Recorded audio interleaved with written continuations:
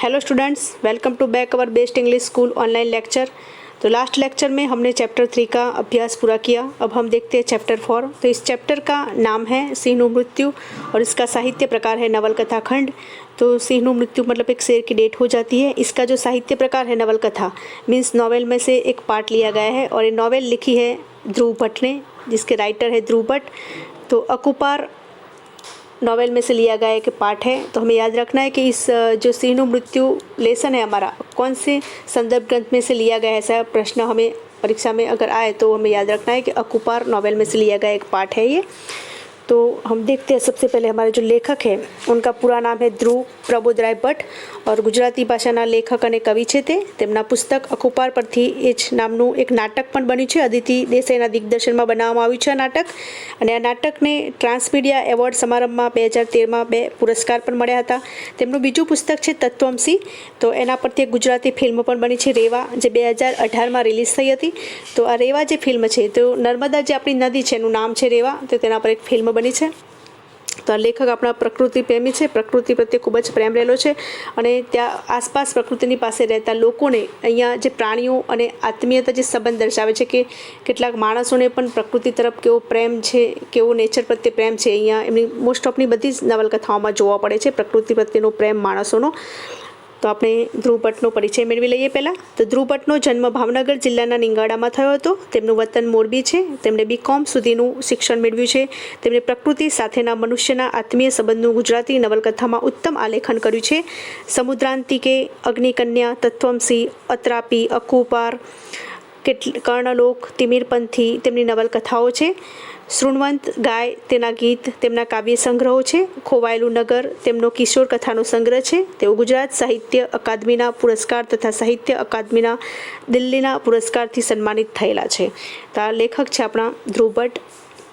तो અહીંયા જે પાઠ છે સિંહની વાત છે, સિંહ મીન્સ શેર કહેते हैं हम हिंदी में जिसको। तो આપણે જાણીએ છીએ કે સિંહ એ ગુજરાતનું ગૌરવ કહી શકાય, કારણ કે ગુજરાતમાં જે સિંહ જોવા મળે છે એશિયાઈ, એ વિશ્વમાં ક્યાંય જોવા મળતા નથી। તો અહીંયા એ સિંહની વાત છે। તો જોઈ લઈએ આપણે આ નવલકથામાં જે આપવામાં આવ્યું છે આપણો સિંહનું મૃત્યુ પાઠ।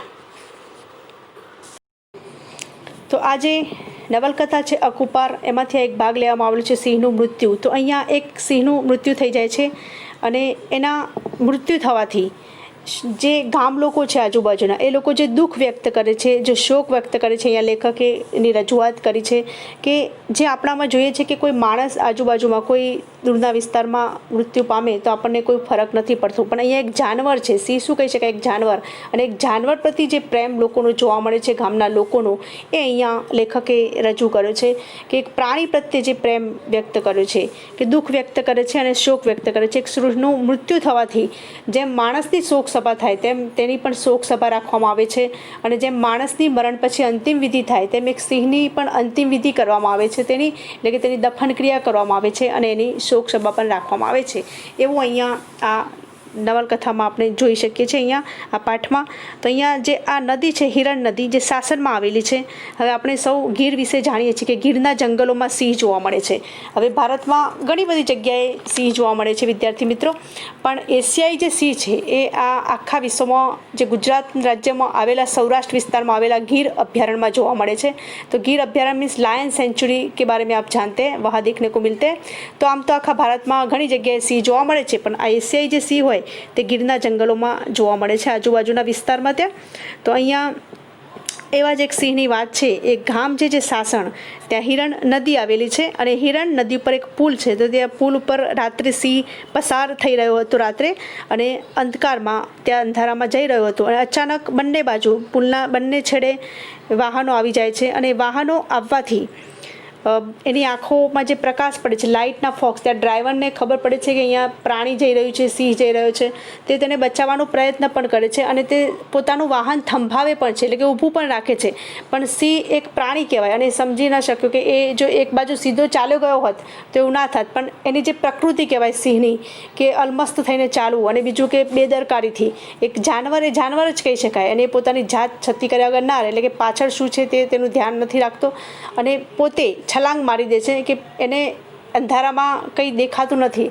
જો દિવસ હોત તો તે જોઈ શક્યો હોત કે અહીંયા જે દિવાલ કૂદવા જઈ રહ્યો છે એની બાજુમાં નદી છે અને નદીનો પથરાટ પટ છે, ત્યાં તેનું માથું ફૂટી જશે, પણ એ અંધારામાં બાજુના ખેતરમાં કૂદી પડશે એવું માનીને તે કૂદકો મારી દે છે, છલાંગ મારી દે છે અને જે હિરણ નદી આવેલી છે એના પથરાટ પટ ઉપર તેનું માથું પટકાય છે અને ત્યાં જ તેનું મૃત્યુ થઈ જાય છે. અને તેનું મૃત્યુ થયા બાદ જ્યારે ગામના લોકોને ખબર પડે છે ત્યારે ખૂબ જ તે લોકો રાત્રે અરેરાટી વ્યક્ત કરે છે, ખૂબ જ દુઃખ વ્યક્ત કરે છે અને તેની શોક સભા પણ રાખે છે. અને જેમ માણસની અંતિમ વિધિ થાય મરણ પછી, તેવી અંતિમ વિધિ આ સિંહની કરવામાં આવે છે અને એની શોક સભા પણ રાખવામાં આવે છે. તો એક પ્રાણી પ્રત્યે કેટલો પ્રેમ જોવા મળે છે અહીંયા. તો લેખક અહીંયા ખૂબ સારી રજૂઆત કરેલી છે. લેખક પોતે એ વખતે શાસનમાં ગયેલા છે અને તે પોતે આ જુએ છે, તો એમને આ રજૂઆત કરી છે પાઠમાં. તો આપણે જોઈ લઈએ આ પાઠ અને સમજી લઈએ. ગીર શાસનની આ વાત છે, શાસન ગીરની. તો લેખક કહે છે અહીંયા, શાસન પહોંચ્યો ત્યાં બજારમાં સુમસામ જોયું. રસ્તા પર આંટા મારતા ટુરિસ્ટ કે અમસ્તા ભેગા થયેલા માણસો સિવાય કોઈ નહોતું. પોતપોતાની જીપ્સી ઘરે મૂકી રાખીને બજારમાં ભેગા થયેલા ડ્રાઈવરો એક ઓટલે ટોળે વળ્યા હતા. મારી નજર અહેમદ પર પડી. મેં ત્યાં જઈને પૂછ્યું, શું છે અહેમદ, આજે બધું બંધ કેમ રાખ્યું છે? તો લેખક અહીંયા શાસન ગયા હતા તો તેમણે જોયું, બજારમાં ગયા તો બધું સુમસામ જોયું, એટલે કે કોઈ બજારમાં દેખાતું નહોતું. આખું બજાર કેવું હતું? બંધ હતું. અને રસ્તા પર માત્ર જે ટુરિસ્ટ હોય, જે ફરવા આવેલા મુસાફરો હોય એમના સિવાય અને જે ડ્રાઈવરો હતા એ પણ પોતાની જીપ્સી ઘરે મૂકી અને અહીંયા બજારમાં ટોળે વળ્યા હતા, એક ઓટલે બેઠા હતા ટોળે વળીને. તો લેખક જોવે છે કે બજારમાં બધું બંધ છે, એકદમ સુમસામ જોવા મળે છે. એટલે અહેમદ જે તેમનો ડ્રાઈવર છે અહીંયા, તો ડ્રાઈવરને પર તેમની નજર પડે છે, એમને જુએ છે, તેને બોલાવીને પૂછે છે ત્યાં જઈને લેખક કે અહેમદ આજે બધું બંધ કેમ છે? અને ત્યાં જઈને લેખક કહે છે કે મેં પૂછ્યું અહેમદને કે આજે બધું બંધ કેમ છે, આજે બધું આમ સુમસામ કેમ જોવા મળે છે? એવું લેખક અહીંયા પ્રશ્ન કરે છે અહેમદને. અહેમદ ઊભો થઈને ટોળામાંથી બહાર આવ્યો અને મારી સાથે હાથ મેળવીને મારી ખબર પૂછતો હોય તેમ બોલ્યો, કેમ છે, ખૈરિયત છે ને? તો અહીંયા અહેમદ જે ટોળામાં બેઠો હતો ડ્રાઈવરો સાથે, તો ત્યાંથી તે બહાર આવ્યો અને કહે છે કે અહીંયા લેખક સાથે હાથ મેળવીને પૂછે છે કે પ્રશ્નનો જવાબ નથી આપતો, પણ તે સામેથી લેખકને પૂછે છે. શું પૂછે છે? કે તમે મજામાં છો ને, ખૈરિયત છે ને, એટલે કે મજામાં છો ને તમે? હું તો મજામાં છું, પણ અહીં તમે બધા કેમ નવરા ફરો છો? દુકાનો પણ બંધ છે, કંઈ થયું છે કે શું? તો અહીંયા લેખક કહે છે કે હું તો મજામાં છું, પણ અહીંયા તમે બધા કેમ નવરા ફરો છો? બધા ડ્રાઈવરોને કંઈ કામકાજ નથી, અહીંયા બધા ઓટલે ભેગા મળીને બેઠા છો.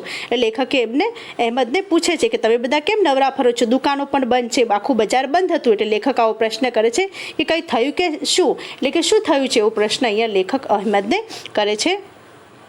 પરમદી રાતે ઓય પુલ માથેથી સાવજે પડતું મેલ્યું. આજ એની મૈયત કરી તે ઘામ બંધ છે. બપોર કેડે સભા સોત થવાની છે. તો અહીંયા જે અહેમદ છે ગામડાની ભાષામાં કહે છે કે પરમદી રાતે, પરમદી એટલે કે ડે આફ્ટર યસ્ટરડે થાય, તો કહે છે કે પરમ દિવસ રાતે સાવજ, અહીંયા યાદ રાખજો તળપદા શબ્દો તમને પૂછાઈ શકે છે. સાવજ એટલે સિંહ થાય, તો કહે છે સિંહે પુલ માથેથી એટલે કે પુલ ઉપરથી પડતું મેળવ્યું, એટલે કે પુલ ઉપરથી કૂદકો માર્યો. આજ એની મૈયત કરી. મૈયત એટલે કે મરણ પાછળ જે વિધિ થાય એને શું કહેવાય? મૈયત. અહીંયા જે અહેમદ છે એ મુસલમાન છે, એટલે તે કહે છે મૈયત કહે છે. આપણે શું કહીએ છીએ? આપણે અંતિમ સંસ્કાર કહીએ અથવા અંતિમ વિધિ કહીએ છીએ આપણે. તો એ કહે છે કે મૈયત કરી, એની જે મરણ પાછળની વિધિ હતી તે કરી, એટલે ગામ બંધ છે, એટલે કે ગામવાળાઓએ બંધ રાખ્યો છે. અને બપોર કેડે, કેડે એટલે શું થાય? પછી, એટલે કે બપોર પછી સભા સોત થવાની છે. અહીંયા સોત એટલે પણ, એટલે શું કહે છે કે બપોર પછી સભા પણ થવાની છે. એટલે કે જેમ માણસના કોઈ મરી જાય એમ એની સભા હોય, શોક સભા, એ રીતે આ સિંહ મરી ગયો છે, એની મૈયત પણ થઈ, એટલે કે એની મરણ જે પાછળની ક્રિયા હોય, અંતિમ ક્રિયા પણ કરવામાં આવી એની એક માણસની જેમ, અને હવે તેની શોક સભા પણ રાખી છે, એટલે કે બપોર પછી તેની સભા પણ થવાની છે. ઘડીભર મને લાગ્યું કે અહેમદ મારી મજાક કરે છે. મેં કહ્યું, ગોવિંદભાઈ કહેતા તો હતા, પણ આ પુલ પરથી નીચે કેવી રીતે થયું? અહીંયા લેખક કહે છે કે થોડી વાર તો મને એવું લાગ્યું કે અહીંયા અહેમદ મારી મજાક કરે છે કે ભાઈ સિંહની તો શોક સભા હોય, જાનવર કહેવાય, માણસ મરી જાય પછી શોક સભા રાખવામાં આવે, તેની અંતિમ ક્રિયા કરવામાં આવે, પણ શું સિંહની પણ શોક સભા હોય? તો લેખકને એવું લાગે કે અહેમદ અહીંયા મજાક કરી રહ્યો છે. તો પણ ગોવિંદભાઈ કહેતા હતા, એટલે લેખક માની લે છે કે કોઈ ગોવિંદભાઈ એમને વાત કરી હતી. એટલે શું કહે છે કે પુલ પરથી નીચે પણ આ બધું થયું કેવી રીતે? અહેમદ બીડી સળગાવી અને મને એક વૃક્ષના ઓટલા તરફ દોડતા કહ્યું, અજાણતામાં એ કોઈ જોઈ જાણીને તો ન પડે. તો અહીંયા લેખક અહેમદ શું કહે છે, એને બીડી સળગાવી, પોતે બીડી પીતો હશે તો એને બીડી સળગાવી અને લેખકને એક વૃક્ષના ઓટલા તરફ દોડતા કહ્યું, એક ઓટલા તરફ લઈ ગયો અને કહે છે કે અજાણતામાં, એટલે કે જાણી જોઈને નહીં, અજાણતામાં જ આ બધું થયું. એટલે કે છે કે એ કોઈ જોઈ જાણીને થોડો પડે, એટલે કે એ કંઈ ઈ એટલે એ અને કોઈ એટલે કંઈ જોઈ જાણીને, એટલે કે જાણી જોઈને થોડો પડે હોય, અજાણતામાં આ બધું બની ગયું. કહીને અહેમદે વાત માંડી. હવે આ રીતે વાત કરી અને અહેમદ આખી વાત લેખકને કહે છે. રાત્રે 10 સાડા 10 થયા હશે અને મેંદરડા તરફથી આવતા કોઈ વાહનના ડ્રાઈવરે વળાંક લેતા જ જોયું હશે કે પુલ ઉપર કોઈ મોટું પ્રાણી ચાલ્યું જાય છે. આગળ ચાલ્યા જતા પ્રાણીએ પોતાની નિનાદથી ચાલ અને પાછળ કોણ શું કરે છે તે તરફથી બેદરકારીથી તરત જ પોતાની જાત છતી કરી દીધી. તો અહીંયા કહે છે અહેમદ આખી મોડીને લેખકને આખી વાત કરે છે, આખી સ્ટોરી કહે છે કે રાત્રે 10 સાડા 10 વાગ્યાનો સમય હતો અને મેંદરડા તરફથી એક વાહન આવી રહ્યું હતું અને ડ્રાઈવરે વળાંક લેતા જ, એટલે કે ટર્ન લેતા જ જોયું કે પુલ ઉપર, અહીંયા પુલના છેડા ઉપર વાહન આવી ગયું વળાંક લઈને, એટલે કે છે કે પુલના છેડા ઉપર એને આવી ત્યારે જોયું કે પુલ ઉપર કોઈ મોટું પ્રાણી ચાલ્યું જાય છે, કોઈ બડા એનિમલ જા રહા હે વહાં. તો આગળ ચાલ્યા જતા પ્રાણીએ પોતાની નિરાંતથી ચાલ અને પાછળ કોણ શું કરે છે તેની તરફથી બેદરકારી તરત જ પોતાની જાત છતી કરી દીધી. જાત છતી કરી દેવી એટલે જેવું હોય તેવું દેખાઈ જવું. એટલે કે કેવું હતું પ્રાણી કે પોતે પાછળ બેદરકારીથી, એટલે કે ધ્યાન વગર, એને કોઈ ધ્યાન નહોતું કે પાછળ શું આવે છે. હવે પ્રાણી કહેવાય, જાનવર કહેવાય, અને જાનવર કોને કહેવાય કે જે પોતાની જેવું હોય તેવું દેખાઈ આવે. માણસને ખબર પડે આજુબાજુ ધ્યાન રાખવાની આગળ પાછળ, પણ આ તો જાનવર કહેવાય. તો કહે છે કે એને પોતાની જાત છતી કરી દીધી કે જાનવર છે, એટલે કે બેદરકારીથી પાછળ શું છે આગળ શું છે એની બેદરકારીના લીધે પોતાની જાત છતી કરી દીધી. ડ્રાઈવરે પુલ પર જ ગાડી થોભાવીને સાસણમાં રહેતા મિત્રને મોબાઈલ કર્યો. આ પુલ માથે સાવ જ હાલ્યો જાય છે. તો કહે છે કે તરત જ પેલા જોયું બરાબર, એટલે જાત છતી કરી દીધી, કે દેખાઈ આવ્યું કે સિંહ ચાલ્યો જાય છે. એટલે તરત જ તેના મિત્રને, ત્યાં સાસણમાં રહેતો હશે એ મિત્રને ફોન કર્યો કે અહીંયા પુલ માથે, એટલે કે પુલ ઉપર સિંહ ચાલ્યો જાય છે. મિત્ર પોતાના જન્મ પછી ક્યારેય ન બનેલી વાત બની હોય તેવું માનવા તૈયાર ન થયો. તેને કહ્યું એ ભલે દોરડે બાંધીને લેતો આવ. તો અહીંયા મિત્ર મજાક કરે છે એના મિત્ર સાથે કે જાણે એના જન્મ પછી ક્યારેય આવી ઘટના બની ના હોય અને ક્યારેય આવી રીતે સિંહ બહાર આવ્યા ના હોય ગામડામાં, એમ પોતાની ના બની હોય એવી રીતે મજાક કરતા કહે છે તેના મિત્રને. શું કહે છે કે ભલે, કહે છે કે માનવા તૈયાર ના થયો અને શું કહે છે કે ભલે દોરડે બાંધીને લેતો આવે, એટલે કે સિંહ હોય તો એને દોરડાથી બાંધીને અહીંયા લેતો આવ. આવી એના મિત્ર સાથે તે મજાક કરે છે. તારો બાપ આ આગળ હાલ્યો જાય છે, સામો જવાબ આપ્યો. પછી તરત ડ્રાઈવરનો ચિંતાભર્યો સ્વર સંભળાયો, એ હોય. અહીંયા તરત જ પેલો કહે છે, શું કહે છે કે તારો બાપ આગળ જ હાલ્યો જાય છે, એટલે કે દોરડે બાંધવાની ક્યાં વાત કરે છે, અહીંયા સામે જ આગળ જ ચાલ્યો જાય છે એવું પેલો મજાક કરે છે. એનો મિત્ર છે, બંને મિત્રો વાતો કરી રહ્યા છે એટલે એકબીજાને મજાકથી કહે છે કે સામે જ જાય છે. પછી તરત જ એનો ચિંતાભર્યો સ્વર સંભળાયો, એટલે કે તરત જ તેનો અવાજ આવ્યો કે બૂમો પાડવા લાગ્યો, એ હોય. કારણ કે શું થયું, સામે બીજું પણ વાહન આવી જાય છે એટલે એનાથી બૂમ પડાઈ જાય છે. મિત્ર સાથે વાત કરતા ડ્રાઈવરની નજર પુલના સામે છેડેના વળાંકમાંથી આવતા વાહનની હેડલાઇટના શેરડા પર ગઈ કે તેને ફોન બાજુ પર મૂકી પોતાના વાહનની હેડલાઇટ ચાલુ બંધ કર્યા કરીને સામેથી આવતા વાહનને ચેતવવાનું શરૂ કર્યું. તો અહીંયા લેખક અહેમદ કહે છે કે મિત્ર સાથે ડ્રાઈવરની વાત પેલા કરી રહ્યો હતો ત્યાં તેની નજર એકદમ સામેથી બીજું વાહન, બીજા છેડે, પુલના બીજા છેડેથી પણ વાહન આવી રહ્યું હતું, આ છેડે પણ વાહન હતું, સામેના છેડેથી પણ વાહન આવી રહ્યું હતું. તો કહે છે કે બીજા છેડેથી પણ વાહન આવી રહ્યું હતું એટલે તરત જ એને ફોન મૂકી દીધો અને વાહનની હેડલાઇટ મારવાનું ચાલુ કર્યું. કે પેલી હેડલાઇટ પડી એટલે એને ખબર પડી કે સામે બીજું વાહન આવી રહ્યું છે, એટલે તરત જ તેને પોતાની વાહનની હેડલાઇટ ચાલુ બંધ કરવાનું શરૂ કર્યું. જેથી ચાલુ બંધ કરે એટલે સામેની જે વ્યક્તિ છે, જે બીજો ડ્રાઈવર સામે આવી રહ્યો છે વાહન લઈને, એને દેખાય કે અહીંયા કોઈ પ્રાણી ઊભું છે, એટલે એને ચેતવવા માટે, એને ચેતવણી આપવા માટે કે અહીંયા પ્રાણી ઊભું છે, એ ચેતવણી આપવા માટે તેને હેડલાઇટ ચાલુ બંધ કરવાનું શરૂ કર્યું. પરિણામે સામેથી વળાંકમાં આવતું વાહન જરા ધીમું તો થયું, પણ તેના ડ્રાઈવરને હજી પુલ પર શું છે તે દેખાયું નહોતું. એટલે કે પહેલાં એ થોડી લાઇટ ચાલુ બંધ કરી, હેડલાઇટ, એટલે એને થોડી ખબર તો પડી કે સામે બીજું પણ વાહન આવે છે. થોડું ધીમું થઈ ગયું, વાહન થોડું ધીમું તો થઈ ગયું, પણ પેલા ડ્રાઈવર, જે સામેનો ડ્રાઈવર હતો, એને હજી પુલ ઉપર શું છે તે દેખાયું નહીં, એટલે કે અંધારું હતું એટલે તેને કંઈ ખબર ના પડી કે પુલ ઉપર શું છે. સામેનું વાહન વળાંકમાંથી અચાનક નીકળ્યું અને છેક પુલ સુધી આવી ગયું. તેને ખબર ના પડી એટલે છેક વળાંકમાંથી આવી અને સીધું પુલ સુધી તે આવી ગયું. ગામના પાંદડામાં ગણાય તેવા પુલ પર સિંહ ચાલ્યો આવતો હોવાની અપેક્ષા તો ઠીક, ધારણા પણ કોને હોય? તો કહે છે કે અહીંયા ગામના પાંદડામાં ગણાય એવો પુલ છે, અહીંયા ગામની પાદર ત્યાં જ આવેલી છે અને ત્યાં જ આ પુલ છે નદી કિનારે. તો કહે છે કે આ પુલ ઉપર સિંહ ચાલ્યો આવતો હોવાની અપેક્ષા તો ઠીક, એટલે કે આવી અપેક્ષા કોને હોય, ધારણા પણ કોને હોય કે અહીંયા સિંહ રાત્રે ફરતો છે. આવી ડ્રાઈવરોને પણ આવી રાત્રે સિંહ હોય અહીંયા ફરતો હોય એવી ધારણા કોઈને હોય નહીં, કારણ કે ગામના પાદરમાં જ આ પુલ આવેલો હતો. અચરજ ભય કે હવે શું થશે તેની કલ્પના કેટલી મૂંઝવણથી ઘેરાયેલા ડ્રાઈવરે પોતાના વાહનની ધીમી છતાંય ગતિ રોકવા જોરદાર બ્રેક મારી.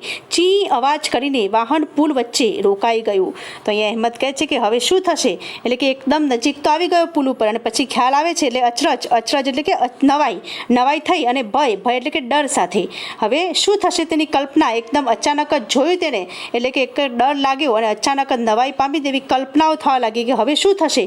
કેટલી મૂંઝવણથી, એટલે કે કેટલી મૂંઝવણ થવા લાગી, કેટલો ડર લાગવા લાગ્યો અને ડ્રાઈવરે પોતાના વાહનની ગતિ ધીમી હતી, ગતિ તો ધીમી જ હતી, વાહન તો ધીમે જ ચલાવી રહ્યો હતો, છતાંય ગતિ રોકવા એને શું કર્યું, જોરદાર બ્રેક મારી અને અવાજ આવ્યો અને વાહન પુલ વચ્ચે જ રોકાઈ ગયું.